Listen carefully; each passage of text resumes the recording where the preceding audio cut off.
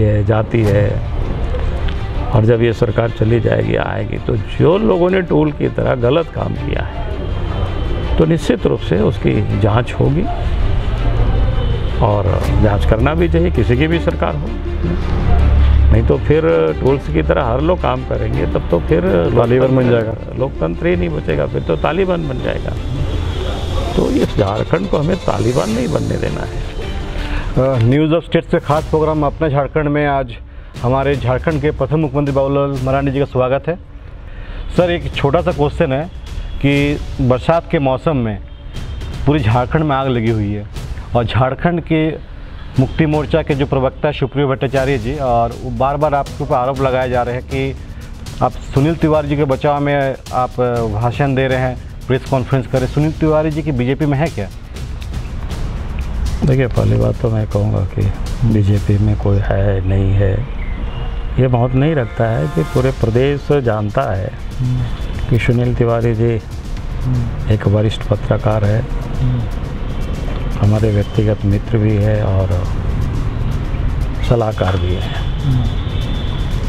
और आज से नहीं बल्कि जब हम भी संथाल परगना में काम करते थे, दुमका में रह करके सामाजिक और राजनीतिक जीवन में काम करते थे, उस समय से संबंध है हमारी।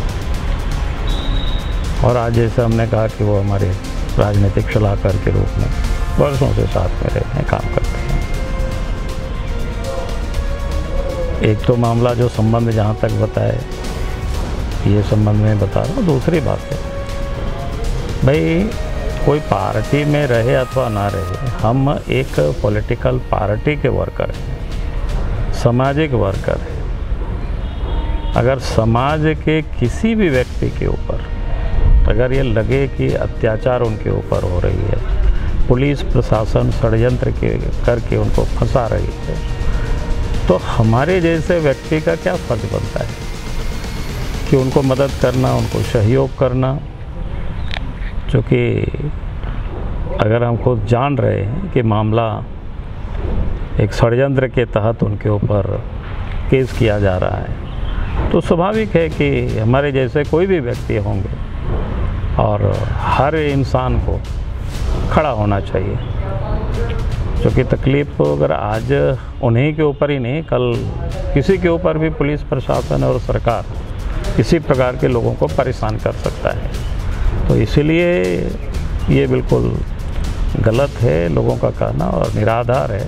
और हमने कहा कि भाई खुल कर के मैं बार बार कहता हूँ कि भाई वो हमारे मित्र भी है, वरिष्ठ पत्रकार भी है, और साथ हमने हमारे साथ राजनीतिक सलाहकार के रूप में भी वो काम करते रहे। अभी जो आए दिन झारखंड में नया नया आरोप तरफ देख रहे हैं सर, निजी अटक ज़्यादा हो रही है, और इसमें क्या है कि जैसे आपके बारे में पूछा जा रहा है बार बार सुप्रियो भट्टाचार्य के द्वारा कि आपकी विदेश यात्रा कितने बार हुआ, उसकी डिटेल्स दीजिए, कहाँ कहाँ गए, क्यों नहीं गए, कैसे गए। सर, पॉलिटिक्स छोड़ के कि आप क्या घरेलू जो औरत की लड़ाई होती है उसमें शिफ्ट होगी झारखंड की राजनीति? अब देखिए वो लोग क्या करते हैं तो नहीं पता है। जहाँ तक विदेश यात्रा का सवाल है तो मैं देश और विदेश की मैं यात्रा करता हूँ, ये पूरा प्रदेश को भी पता है और हमारे पार्टी के लोगों को तो पता है पूरी तरह से। झारखंड में भी अगर आप देखें तो शायद ये कोरोना के काल में यानी विपत्ति काल में ही हम एक जगहों पर लंबी समय तक रहते हैं, नहीं तो फिर हम लगातार घूमते रहते हैं। सालाना हम कहते हैं लोगों को ना कि 50,000 किलोमीटर हम सालाना हम घूम लेते हैं झारखंड की धरती पर, बाहर की मैं बात नहीं कर रहा। और उसके बाद भी पूर्व में जब भारतीय जनता पार्टी के हमारे ऊपर जिम्मेवारी थी और भारत सरकार में भी जब मंत्री थे, तो भारतवर्ष के कमोबेश सभी राज्यों का हमने दौरा किया है। एक आध दो राज्य नॉर्थ ईस्ट में जैसे नागालैंड है, मिजोरम है, ऐसा कुछ छूटा हुआ है, नहीं तो हम त्रिपुरा वगैरह ये सब छूटा हुआ है, नहीं तो बाकी हम सब के सब राज्य एक न एक दफ़ा हमने दौरा किया अपने दौरा। और उसके साथ साथ दुनिया के भी मैं कहता हूँ कि लगभग 2 दर्जन से भी लगभग अधिक देशों का हमने यात्रा किया है।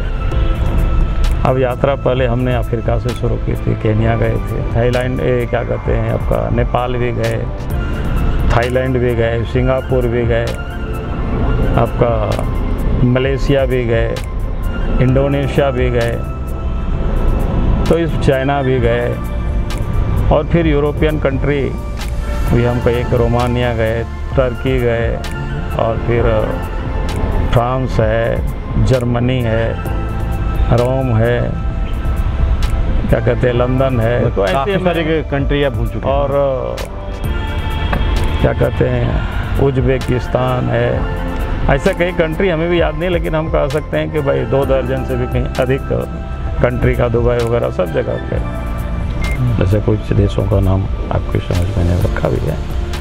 और जैसे हमने कहा कि पिछले 10 वर्षों का मेरे पास वीज़ा भी था अमेरिका जाने की, लेकिन हम इसलिए नहीं जा पाए कि हम व्यस्त रहे, कि जो कि अमेरिका बड़ा कंट्री है। सबों से हम बात किए थे, लोगों ने कहा कि भाई जब तक 10-12 दिनों के लिए नहीं जाइएगा तो अमेरिका जाने और नहीं आना बराबर है।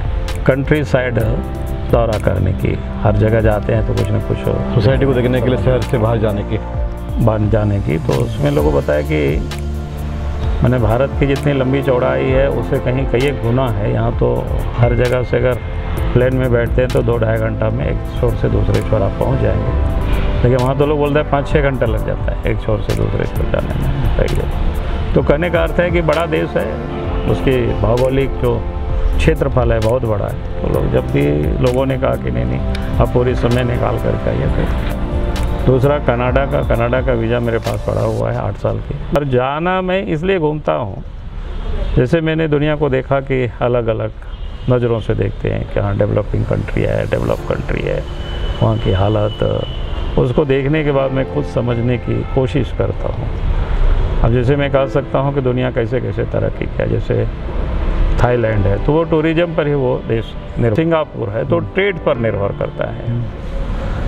उसी प्रकार से यूरोपियन कंट्री है, वो मैंने क्या कहते हैं, टेक्नोलॉजी पर ही वो बेस है। वो हम तो आपको बताएं कि मेरे पास तो लिस्ट है यार, जब ये कहोगे कि इतना देश में यात्रा किया, कहते हैं कि भाई सरकार स्पेशल टास्क फोर्स गठित कर दे, एक्सटर्नल अफेयर्स मिनिस्ट्री होता है तो उसमें सब तो रहता है। तो मैं क्यों जाता हूँ इसमें से, अब 2 कारणों से मैं जाता हूँ।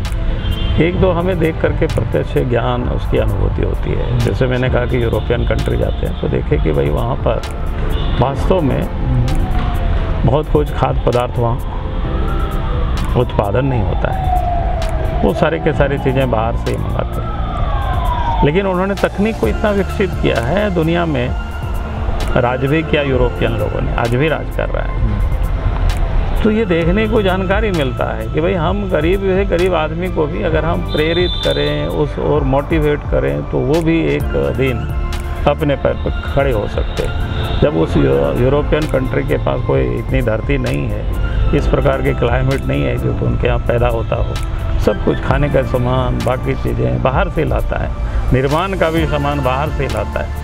जैसे उसके पास क्या कपड़े के लिए भी उनको बाहर से डिपेंड होना पड़ता है, लोहा बाहर से डिपेंड होना पड़ता है, जितनी भी आप चीज़ें आप देखेंगे तो वो बाहर से ही सब कुछ डिपेंडेबल है वो सब कंट्री। लेकिन आज दुनिया में वो सारे कंट्री ने राज किया। तो ये सारी चीज़ समझने को मौका मिलता है, देखने का मौका मिलता है। फिर बाद में हमारे साथ तो उसी के आसपास दुनिया का एक देश आज़ाद हुआ तो भी काफ़ी तेज़ी से ग्रो कर रहा है, उसका भी देखने को मौका मिलता है, समझने को मौका मिलता है। और मैं उसी सब देख करके मैं लोगों को बताया करता हूँ क्या देखो हम भी कर सकते हैं, हम इतना क्यों डरे हुए हैं, सहमे हुए हैं कि हमारे पास नहीं है कुछ, हमारे पास सब कुछ है। परमात्मा ने भारत की भूमि को तो दोनों हाथ से जिसको बोलते हैं ना दान किया है। सब प्रकार की क्लाइमेट है, मिट्टी है, सब उपजाऊ भूमि है, सब चीज़ पैदा होता है यहाँ। इतनी प्रकार के खाद्य पदार्थ पैदा होता है कि संसार के शायद ही कोई देशों में इतनी सारी चीज़ें लोग जानता है एक साथ। तो एक साथ कहने का मतलब ये है कि ये सब जाने से, घूमने से, ये सारे चीज़ों की ये पता चलता है, देखने से वो किस प्रकार से लोगों ने डेवलप कर रहा है, डेवलप कर चुका। मैं इसलिए भी घूमता हूँ क्योंकि भारतवर्ष में हम उतना फ्रैंकली नहीं घूम पाते हैं। मेरे पीछे सिक्योरिटी, किसी भी राज्य में जाते हैं तो एक दुकानों में चाय पीने के लिए भी जाते हैं तो मेरे साथ अगल बगल, अब देखिए मैं आंगन में ही बैठा हुआ अपने परिसर में, चारों तरफ परिसर में बाउंड्री है, लेकिन यहाँ भी सिक्योरिटी है, वहाँ भी सिक्योरिटी है, वहाँ भी सिक्योरिटी है। तो बड़ा लगता है कि कौन मुजरिम की तरह पड़े हुए।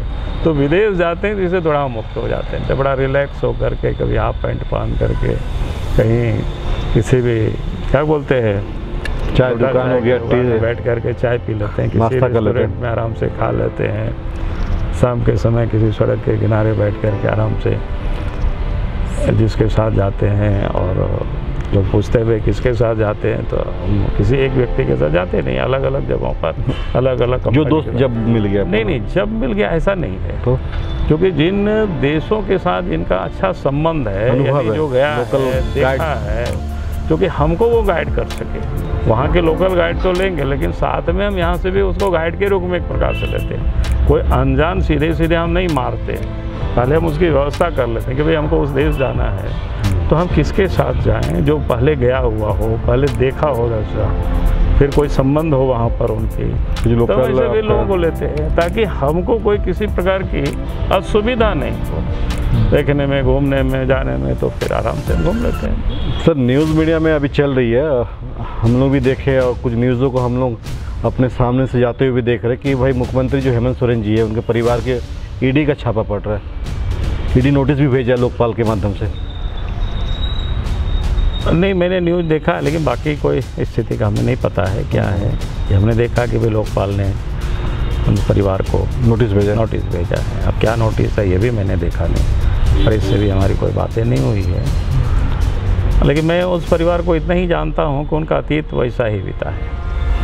पहले भी पता है कि सांसद ने खरीद फरोख्त का जो रिश्वत कांड में काफ़ी समय तक जेल भी गए हैं शिबू सोरेन भी, तो उस परिवार का करप्शन से रिश्ता नाता बहुत पुराना है।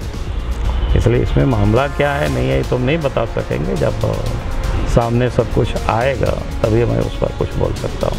सर, इस जो पुलिस आप बोल रहे पुलिस फंसा रहा है सुनील तिवारी जी को, आपकी सत्ता आएगी तो आप क्या करेंगे? देखिए, मैं तो बार बार कहता हूँ कि भाई सरकार में, सत्ता में रहने वाले व्यक्ति क्योंकि कानून के हिसाब से काम करना चाहिए और कानून के हिसाब से सरकार को चलाने के लिए संविधान उसी के लिए बना हुआ है। हर विभाग के कामों के भी नियम परिनियम बनी होती है, सरकार बनाती है, कानून बनाती है, विधानसभा बनता है, पार्लियामेंट में बनता है, कैबिनेट में सरकार निर्णय करती है, फिर उन नियमों के अनुसार सरकार चलती है।